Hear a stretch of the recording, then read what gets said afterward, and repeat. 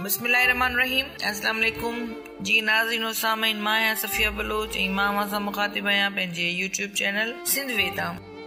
अॼुकल्ह माण्हू वफ़ादार घटि ऐं अदाकार वधीक थी विया आहिनि। हर ॻाल्हि दिलि ते लॻाईंदव त रोईंदा रहिजी वेंदव।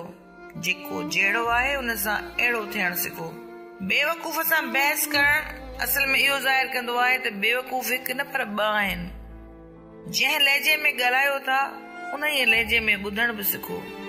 सचे माण्हूअ लाइ कूड़ बि को सुठो मक़सद थी सघे थो, पर कूड़े इंसान जो सच सिर्फ़ बाहि लॻाइण हूंदो आहे। जेके महसूस न करे सघनि उन्हनि ते अल्फाज़ छो ज़यान कजनि।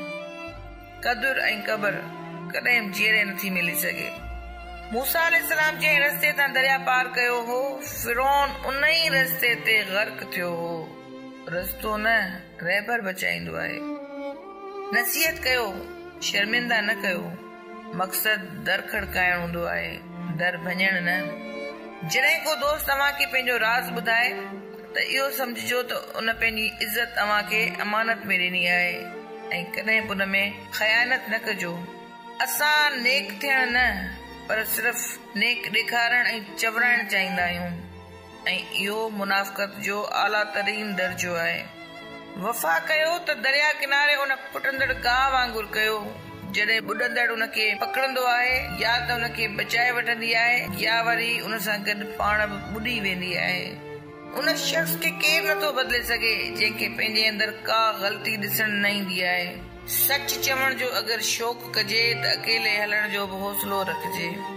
रस्तो पुछण में शर्म महसूस न कयो, न त मंज़िल विञाए वेहंदव।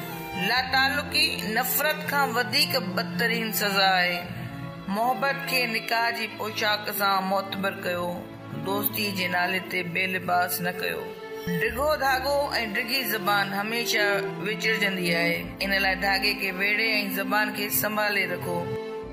जेके माण्हू अव्हां जे बिना ख़ुशि आहिनि उन्हनि खे ख़ुशि रहण ॾियो। कॾहिं सोचियो आहे त कुल्हनि ते खाइण वारा हमेशा मिटी में मिलाए छॾींदा आहिनि, पर चाहियो त नाराज़ थियण वारनि खे आहे, बेज़ार थियण वारनि खे त अल्लाह हाफ़िज़ चइबो आहे। माण्हुनि जी असलियत साम्हूं अचण बि हिकु नेमत आहे।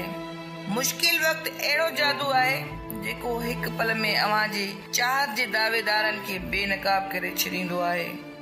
दोस्त जी ग़लती वारीअ ते लिखो ताकि पाणी उनखे ड्राए छॾे।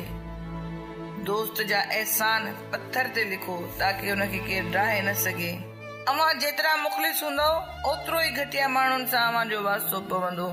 दोस्तो, उम्मीद थी करियां त अव्हां खे मुंहिंजी अॼोकी वीडियो ज़रूर पसंद ईंदी। अव्हां खे अगरि मुंहिंजी वीडियो सुठी लॻे कमेंट्स लाइक ऐं शेयर ज़रूर कंदा। अव्हां अगरि अञा ताईं असांजो चैनल सिंध वे सब्सक्राइब न कयो आहे त बराए महिरबानी असांजो चैनल सिंध वे सब्सक्राइब कंदा। इन सां गॾु मूंखे ॾींदा इजाज़त। दुआउनि में रखंदा यादि पंहिंजो ऐं पंहिंजे इर्द गिर्द जे माण्हुनि जो रखंदा खोड़ सारो ख़्याल। अल्लाह हाफ़िज़।